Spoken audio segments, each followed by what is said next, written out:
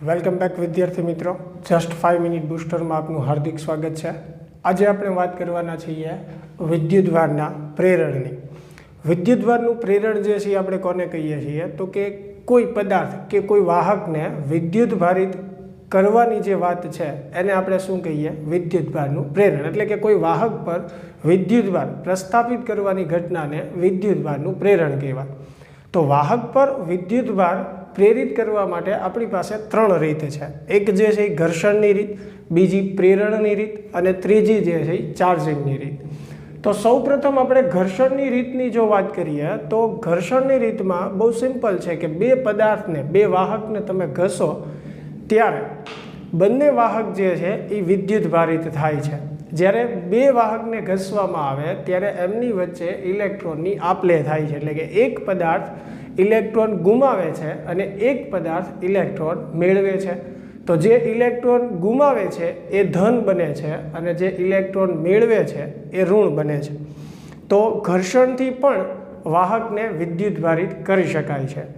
તો આવી ઘર્ષણની રીતમાં પદાર્થોની અમુક જોડ જે છે કે કોણ ધનભારિત બનશે અને કોણ ઋણભારિત બનશે એવી જોડનું આપણે નામ અહીંયા લખેલું છે। જેમ કે FGW।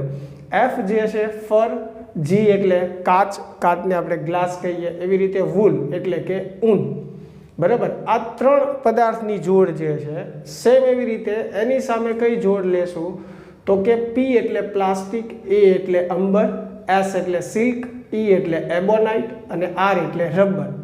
તો એ હંમેશા શું બનશે?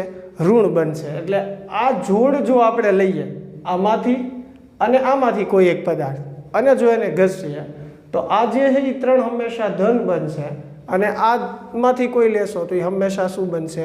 ઋણ બનશે, બરાબર। એટલે વીજભારિત થતા પદાર્થની આપણે જોડનું પણ નામ લખેલું છે એટલે આપણે ખ્યાલ આવે કે કોને ઘસવાથી કયો પદાર્થ ધન બને છે અને કયો પદાર્થ ઋણ બને છે।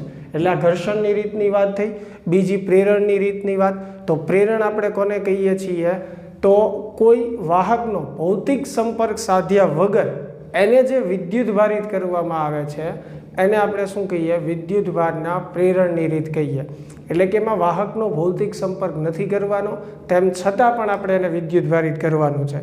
અને ટેક્સ્ટ બુકમાં તમે એનું એક્ઝામ્પલ જોયું જ હશે કે કોઈ ગોળો હોય જેની ઉપર ધન અને ઋણ વિદ્યુતભાર સમાન રીતે પથરાયેલો હોય તો એની નજીક આપણે ધનભારિત કે ઋણભારિત સળીઓ જ્યારે લઈ જઈએ, જેમ કે અહીંયા મેં ધનભારિત સળીઓ નજીક લીધેલો છે તો ઋણ વિદ્યુતભાર એના તરફ આકર્ષાશે અને ધન જે છે એ વિરુદ્ધ બાજુએ જમા થઈ જશે।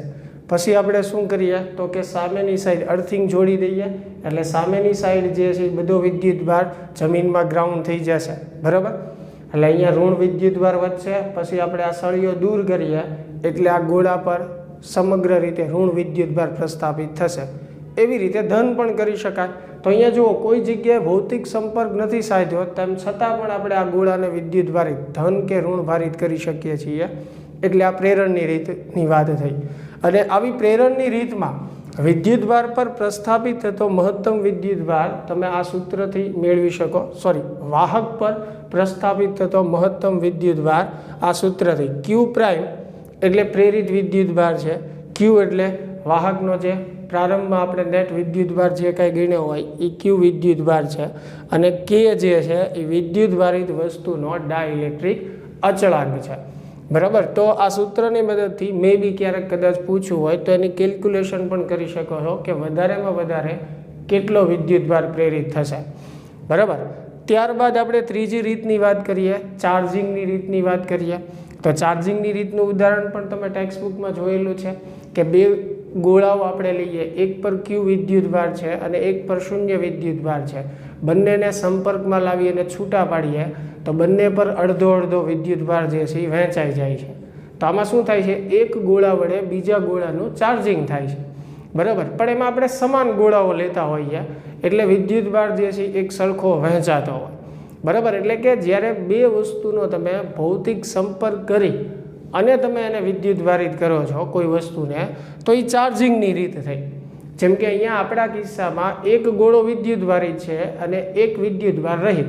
તો જે વિદ્યુતભાર રહિત ગોળો છે એના પર વિદ્યુતભાર આવ્યો, સંપર્કમાં લાવી અને છૂટા પાડીએ છીએ, પછી એટલે વિદ્યુતભાર રહિત ગોળાનું ચાર્જિંગ થયું કહેવાય.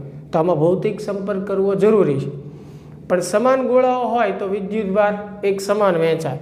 પણ જો આપણે બે ગોળાઓ લઈએ કે જેની ત્રિજ્યા જે છે જુદી જુદી છે, એટલે R1 અને R2 ત્રિજ્યા ધરાવતા બે ગોળાઓ લઈએ, બરાબર, અને બંને પરનો કુલ વિદ્યુતભાર કેપિટલ Q હોય, બંને ગોળાઓનો થઈને ટોટલ વિદ્યુતભાર કેપિટલ Q હોય, તો એ બંને ગોળાને આપણે સંપર્કમાં લાવીએ તાર મારફતે અથવા સીધા સંપર્કમાં લાવીએ અને સંપર્કમાં લાવી અને છૂટા પાડીએ.